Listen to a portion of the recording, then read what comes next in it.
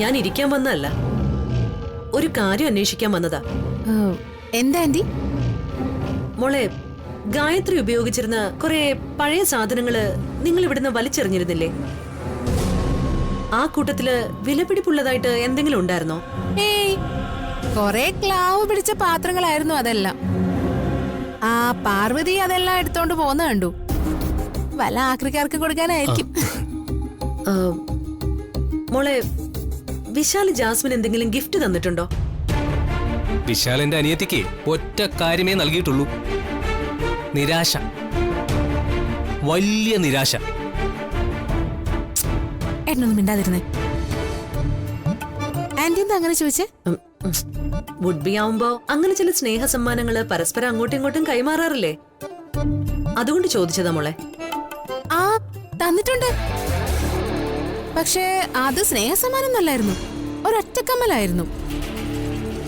അതിന്റെ പേരെന്റെ കയ്യിലുണ്ടായിരുന്നു.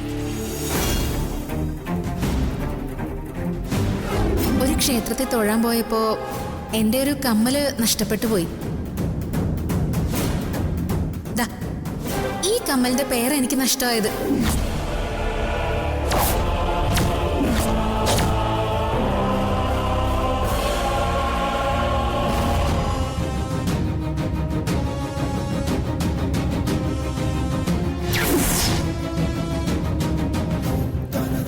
ഇങ്ങ് തന്നേക്ക് വിശാൽ.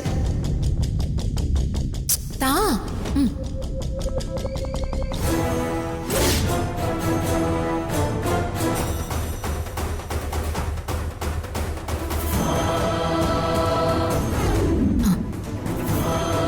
ഒരു മിനിറ്റ്, ഞാനത് കാണിച്ചു തരാം. നിക്കേ.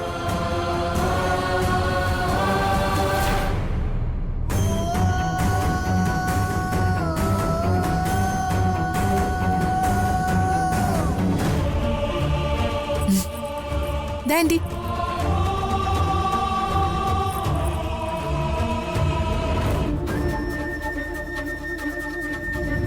ഇത് ലക്കി കമ്മലാണെന്ന് വിശാല് വിശ്വസിച്ചിരുന്നത്. ഈ കമ്മല് കാരണം വിശാൽ ഒരു അപകടത്തിൽ നിന്ന് രക്ഷപ്പെട്ടിട്ടുണ്ട്.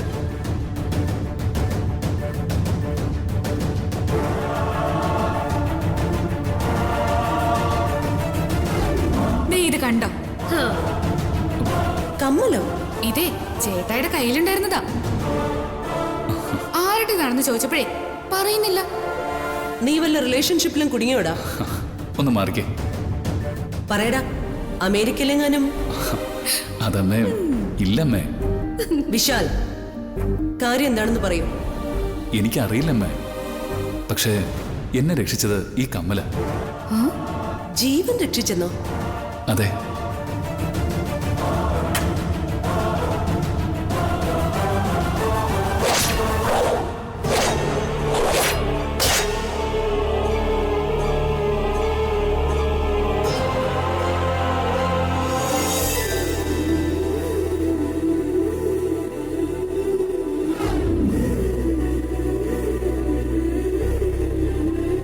അവനിത് താഴെ വെക്കാതെ കൊണ്ടു നടന്നിരുന്നു കുറെ കാലം. അവനിത് നിനക്ക് തന്നോ? എനിക്കത് അത്ഭുതമായിട്ടാ തോന്നുന്നു മോളെ. ഇത് എന്റെ തന്നെയായിരുന്നു ആന്റി. ഗ്രാമത്തിൽ ഉത്സവം കാണാൻ പോയപ്പോ ഇതിലൊന്ന് കളഞ്ഞുപോയി. പിന്നെ ഞാനിത് കാണുന്നത് വിശാലിന്റെ കയ്യിലാ. ഒരു കമ്മല് ഞാൻ കളയാതെ സൂക്ഷിച്ചു വെച്ചായിരുന്നു. അല്ല ആന്റി, എന്താ ഇത് ചോദിക്കാൻ കാരണം? ഒന്നുമില്ല മോളെ, അവന് നിന്നോടുള്ള ഇഷ്ടത്തിന്റെ ആഴമൊന്ന് അറിയാൻ വേണ്ടി ചോദിച്ചതാ. അവൻ അങ്ങനെ എന്തെങ്കിലും തരികയാണെങ്കിൽ അത് ആന്റിയോടൊന്ന് പറയണേ. Sure aunty. എന്നാ ശരി മോളെ.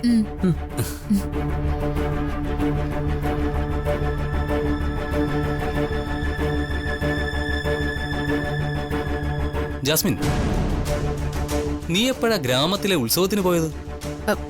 അതിനാര് പോയി? ഗ്രാമത്തിലെ ഉത്സവത്തിന് പോവാൻ എനിക്ക് വട്ടല്ലേ. ഇതേ പാർവതിയുടെ കമ്മല. ഒരു കമ്മലെന്ന് പറഞ്ഞാല് ഒരു ജോഡിയല്ലേ.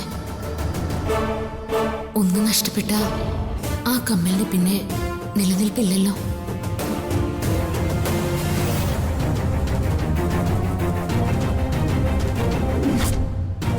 വിശാലിന്റെ എന്റെ കയ്യിൽ കണ്ട കമ്മല് തന്നെയല്ലേ ഇത്? ഒന്ന് വിശാലിന്റെ കയ്യിലും ഒന്ന് പാർവതിയുടെ കയ്യിലും. അതെങ്ങനെ സംഭവിച്ചു?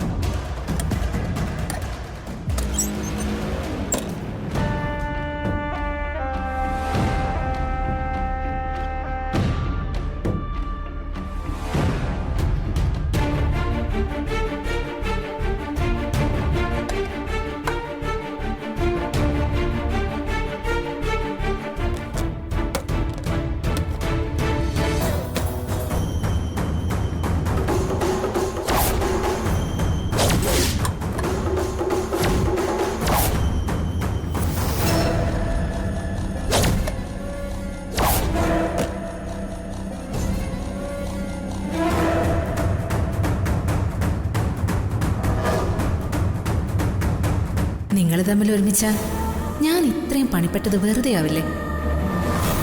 വിശാലിന്റെ കോടികൾ കയ്യിൽ വരുന്നത് ഞാൻ കുറേ സ്വപ്നം കണ്ടതാ. അതെനിക്ക് വേണം. നിങ്ങളെ തമ്മിൽ അകറ്റാൻ ഈ കമ്മല് തന്നെയാ എൻ്റെ ആയുധം. തോൽക്കാൻ ഈ ജാസ്മിൻ നിശ്ചയിച്ചിട്ടില്ല. പാർവതിയുടെ കമ്മലോ? അതെ ഏട്ടാ, പക്ഷേ ഇത് പാർവതിയുടെ കമ്മലാണെന്ന് വിശാലിന് അറിയില്ല. കളഞ്ഞു പോയ കമ്മൽ കിട്ടിയത് വിശാലിനാണെന്ന് പാർവതിക്കും അറിയില്ല. ഇതെന്റേതാണെന്ന് തെറ്റിദ്ധരിപ്പിച്ച ഞാൻ വിശാലിന്റെ കയ്യിൽ നിന്ന് ഇത് മേടിച്ചത്. ആ, ഇതിന് ഒരു 50 രൂപയിൽ താഴേക്കേ വില ഉണ്ടാവും. ഉത്സവ പറമ്പിന്നോ മറ്റോ വാങ്ങിയതാ. ഇതിനെക്കുറിച്ച് ചോദിക്കാനാണ് ആന്റി വന്നതെന്ന് നിനക്ക് തോന്നുന്നുണ്ടോ?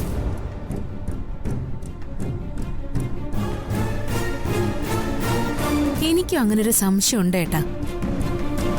മറ്റെന്തോ അറിയാൻ വേണ്ടിയാ ആന്റി ഇവിടെ വന്നത്. നമുക്കതിനെക്കുറിച്ച് ഒന്നും അറിയില്ല എന്ന് മനസ്സിലായത് കൊണ്ടാവും ആന്റി കൂടുതലൊന്നും പറയാതെ തിരിച്ചു പോയത്. എന്തായിരിക്കും ആന്റിയുടെ മനസ്സിൽ? അറിയില്ല, പക്ഷേ എന്തോ പ്രധാനപ്പെട്ട കാര്യമുണ്ട്, അതുറപ്പാ. നമുക്കത് കണ്ടുപിടിക്കണം. എങ്ങനെ? മൊത്തത്തിലൊരു കൺഫ്യൂഷൻ ആണല്ലോ ജാസ്മിൻ. അതിന് വഴിയുണ്ട്. An indirect way. Confusion to fusion, fusion to fiction, fiction to facts. That's Jasmine's theory.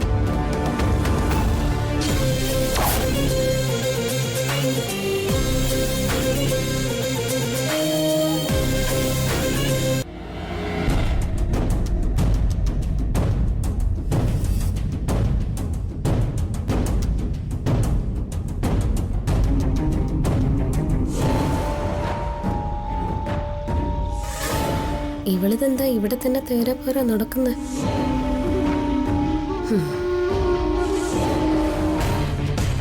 Jasmine, നീ എന്താ ഇവിടെ തന്നെ ഇങ്ങനെ ചുറ്റിപ്പറ്റി നിൽക്കുന്നത്? ഔട്ട് ഹൗസിലിരുന്ന ടീരി പുറക്കുന്നില്ലേ? ഞാൻ എവിടെ നിൽക്കണം നിൽക്കണ്ട എന്നുള്ള അതിർവരമ്പുകളെ കുറിച്ചേ നിന്റെ എഗ്രിമെന്റിലൊന്നും പറഞ്ഞിട്ടില്ലല്ലോ. അതുകൊണ്ടേ എനിക്ക് സൗകര്യമുള്ളിടത്ത് ഞാൻ നിൽക്കോ നടക്കോ ഇനി തലകുത്തി മറിയോ ഒക്കെ ചെയ്യും. അത് ചോദിക്കാനേ നിനക്കൊരു അവകാശമില്ല. എനിക്ക് അവകാശം ഉണ്ടോ ഇല്ലയെന്നൊക്കെ അവിടെ നിൽക്കട്ടെ. ഈ കോമ്പൗണ്ടില് ആരൊക്കെ വേണമെന്നും അവരെന്തൊക്കെ ചെയ്യണമെന്നും ആജ്ഞാപിക്കാൻ കഴിയുന്ന അതിന് അധികാരമുള്ള ഒരാൾ ഇവിടെ ഉണ്ട്. ദാ ആ നിൽക്കുന്ന പാർവതി.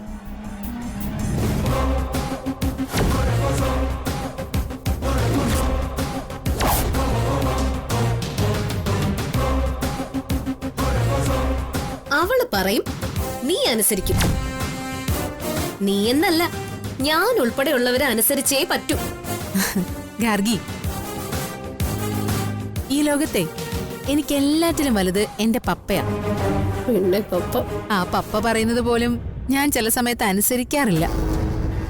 പിന്നെയല്ലേ ഈ അടുക്കളക്കാരി പറയുന്നത്.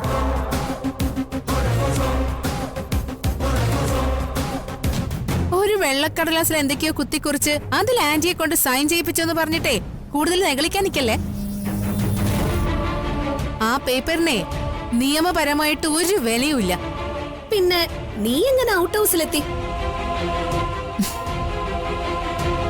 ചില സാഹചര്യങ്ങളിൽ ഇഷ്ടമല്ലെങ്കിലും ചിലത് ചെയ്യേണ്ടി വരും. ഓ, അത് താൽക്കാലികവുമായിരിക്കും. അങ്ങനെ സംഭവിച്ചതാ, അല്ലാതെ ഇവളെ പേടിച്ച് മാറി നിന്നതൊന്നും അല്ല.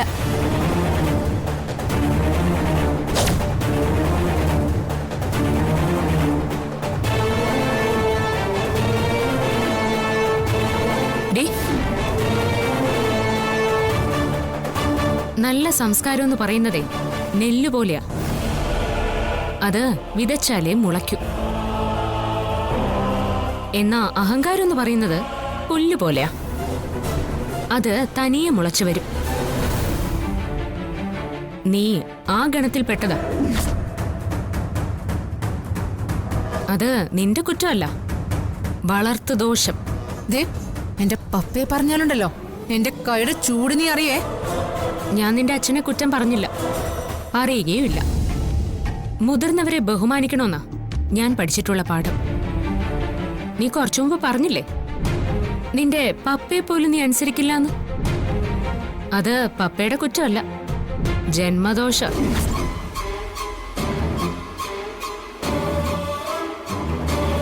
അത് തൂത്താലും മായ്ച്ചാലും പോവില്ല. പിന്നെ ഈ വീട്ടിലെല്ലാവരും ഞാൻ പറയുന്നത് അനുസരിക്കണമെന്ന് എഴുതി വെച്ചിരിക്കുന്നതേ വെള്ള പേപ്പറിലല്ല, മുദ്രപത്രത്തിലാ. അതിന് നിയമപരമായ എല്ലാ സാധ്യതകളും ഉണ്ട്. ഈ നിമിഷം മുതൽ നീ അത് സ്വയം മനസ്സിലാക്കുന്നത് നല്ലതായിരിക്കും. ഇല്ലെങ്കിൽ ആ അധികാരത്തോടെ എനിക്ക് നിന്നോട് ആജ്ഞാപിക്കേണ്ടി വരും, അനുസരിപ്പിക്കേണ്ടിയും വരും.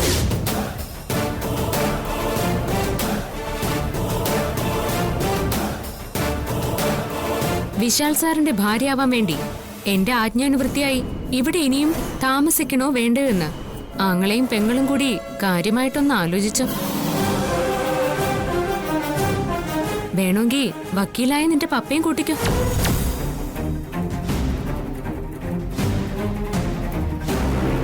അവസാനമായിട്ട് ഞാൻ ഒന്നും കൂടി പറയാം.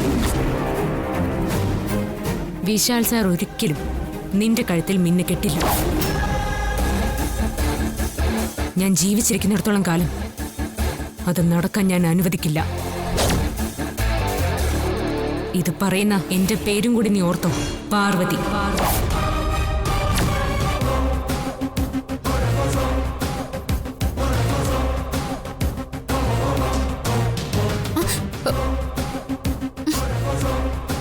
ഇതൊരു തുടക്കം മാത്രം.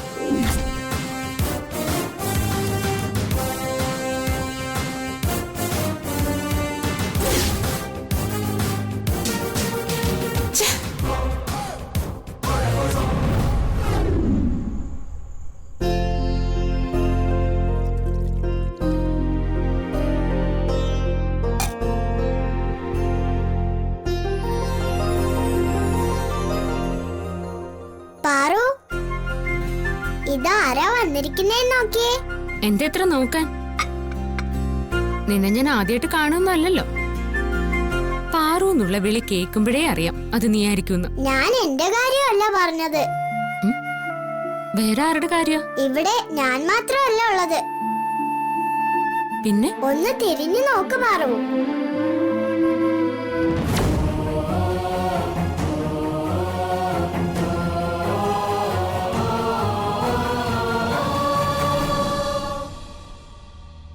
ദൈവമേ, ദേവമ്മയുടെ കണ്ണുകൾ നിറഞ്ഞിരിക്കുന്നല്ലോ. പാർവതി പറഞ്ഞത് സത്യ. ഞാൻ മനസ്സിൽ കരയ.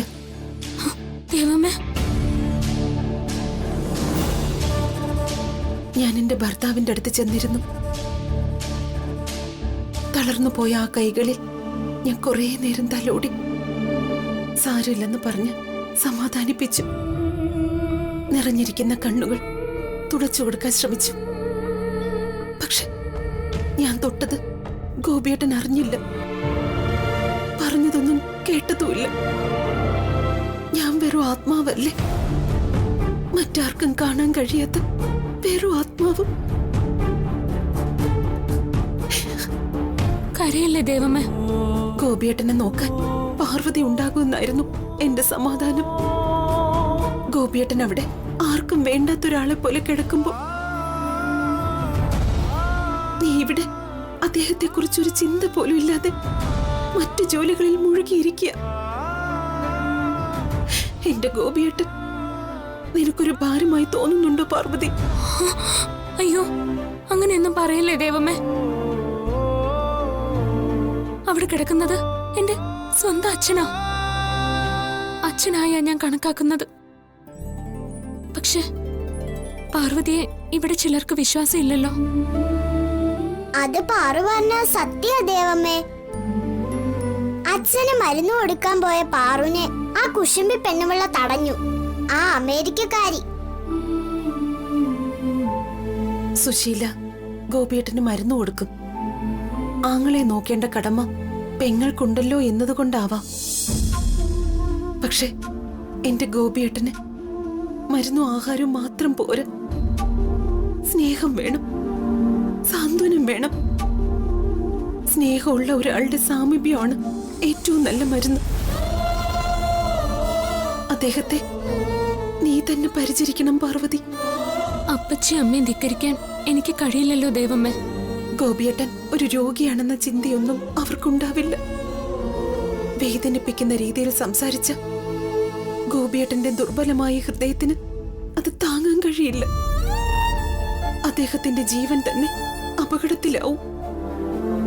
അതാ എനിക്ക് പേടി. ദേവമ്മ വിഷമിക്കണ്ട. വിശാൽ സാറിനോട് സംസാരിച്ച് ഞാൻ വേണ്ടത് ചെയ്തോളാം.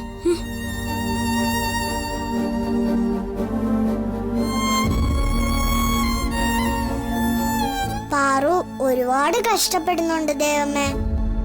എനിക്കും അറിയാം മണിക്കുട്ട. അതിനൊരു പ്രതിഫലം സർവേശ്വരൻ അവക്ക് കൊടുക്കും.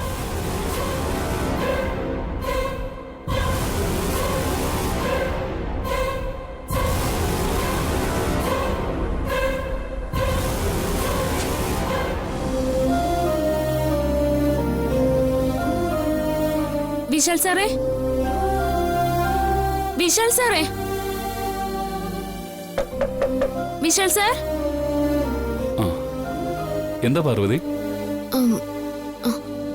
വിശാൽ സാർ, എനിക്ക് സാറിനോട് വളരെ പ്രധാനപ്പെട്ട ഒരു കാര്യം പറയാനുണ്ട്. ഈ ഒരു മുഖവരേക്ക് എന്തിനാ? നിനക്ക് എന്നോട് എന്ത് വേണമെങ്കിലും പറയാമല്ലോ. അതിന് ഈ സമയവും കാലമൊക്കെ നോക്കേണ്ട ആവശ്യമുണ്ടോ? അറിയാം സാർ. പക്ഷേ ഞാൻ പറയാൻ പോകുന്ന കാര്യം സാർ വിശ്വസിക്കുമെന്ന് എനിക്കറിയില്ല. പക്ഷേ സാർ അത് അറിയണമെന്ന് എനിക്ക് തോന്നി. ഇഷ്ടമില്ലാത്തവരെ പറ്റി ഞാൻ കുറ്റം പറയുകയാണെന്ന് വിശാൽ സാറിന് തോന്നുമെന്നാ എന്റെ പേടി. എനിക്ക് നിന്നെ അറിയില്ലേ പാർവതി. നീ തുറന്നു പറഞ്ഞോ. അതിപ്പോ എനിക്ക് പരിഹരിക്കാൻ കഴിയുന്ന കാര്യമാണെങ്കിൽ ഞാൻ ചെയ്തിരിക്കും, അത് ഉറപ്പ്. അത് സാർ. എന്തിനാ പേടിക്കുന്നേ? പറയൂ പാർവതി. വിശാൽ സാർ, ഗായത്രി അമ്മ എന്റെ അടുത്ത് വന്നിരുന്നു. നീയുമായി മാത്രം കാണുകയും സംസാരിക്കുകയും ചെയ്യുന്ന എന്റെ അമ്മ. അല്ല, അമ്മയ്ക്ക് എന്താ പുതിയ വിശേഷം? അമ്മയ്ക്ക് എന്താ പറയാനുള്ളത്? കരയായിരുന്നു ഗായത്രി അമ്മ. അമ്മ വല്ലാത്ത മനോവിഷമത്തിലായിരുന്നു. എന്തിന്? അച്ഛൻ്റെ അടുത്ത് കുറെ സമയം ഇരുന്നിട്ടാ എന്റെ അടുത്ത് വന്നത്. ഗായത്രി അമ്മയെ ആർക്കും കാണാൻ കഴിയുന്നില്ലെങ്കിലും അവിടെ നടക്കുന്നതൊക്കെ ഗായത്രി അമ്മ കണ്ടിട്ടുണ്ടാവും. സങ്കടം സഹിക്കാൻ പറ്റാത്തോണ്ടാ എന്നെ കാണാൻ വന്നത്. അമ്മ എന്താ പറഞ്ഞത്? അത് പറ. അത് വിശാൽ സാർ. എന്തിനാ മടിക്കുന്നത്? ആ അമ്മയുടെ മോനല്ലേ ഞാൻ. തുറന്ന് പറയൂ പാർവതി. അപ്പച്ചി അമ്മയൊന്നും അച്ഛനെ ശരിക്കും നോക്കുന്നില്ലാന്ന്. കടമ തീർക്കുന്നത് പോലെ ആഹാരവും മരുന്നും ഒക്കെ കൊടുക്കുന്നുണ്ടെങ്കിലും അവര് അച്ഛന് സ്നേഹവും ആശ്വാസമൊന്നും കൊടുക്കുന്നില്ല എന്ന് പറയുമ്പോ ഗായത്രി അമ്മ ശരിക്കും കരയായിരുന്നു. ഞാൻ അച്ഛനെ നോക്കുന്നില്ലെന്നും പറഞ്ഞ് എന്നെയും കുറ്റപ്പെടുത്തി. എനിക്ക് അമ്മയും അപ്പച്ചിയും പറയുന്നത് അനുസരിക്കാനല്ലേ കഴിയൂ. അച്ഛൻ ആപത്ത് വരാൻ പോവാണെന്നും ഞാൻ അവിടെ ഉള്ളതാണ് അമ്മയ്ക്ക് ധൈര്യമൊന്നും പോലീസ് സ്റ്റേഷനിൽ വെച്ച് ഗായത്രി അമ്മ എന്നോട് പറഞ്ഞതാ. വിശാൽ സാറിനെ നോക്കുന്നത് പോലെ അച്ഛനെ നോക്കിക്കൊള്ളാന്ന് ഞാൻ അമ്മയ്ക്ക് വാക്കും കൊടുത്തതാ. എന്നിട്ടും ഞാൻ അച്ഛനെ നോക്കുന്നില്ലെന്ന അമ്മയുടെ പരാതി. അച്ഛനെ നോക്കുന്നതില് എനിക്ക് സന്തോഷമുള്ളൂ. എന്റെ സ്വന്തം അച്ഛനെ നോക്കുന്നത് പോലെ ഞാൻ നോക്കും. പക്ഷെ ഞാൻ അച്ഛൻ്റെ അടുത്തേക്ക് പോകുന്നത് പോലും അപ്പച്ചിക്ക് ഇഷ്ടമല്ല, അമ്മയ്ക്കും ഇഷ്ടമല്ല. വിശാൽ സാറിനോട് പറഞ്ഞിട്ട് വേണ്ടത് ചെയ്തോളാന്ന് ഞാൻ പറഞ്ഞപ്പോഴാ അമ്മയ്ക്ക് കുറച്ചെങ്കിലും സമാധാനമായത്.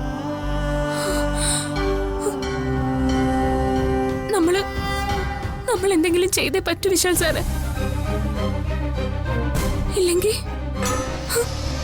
ഇല്ലെങ്കിൽ അച്ഛൻ അധികകാലം ഉണ്ടാവില്ല, അത് ഉറപ്പാ.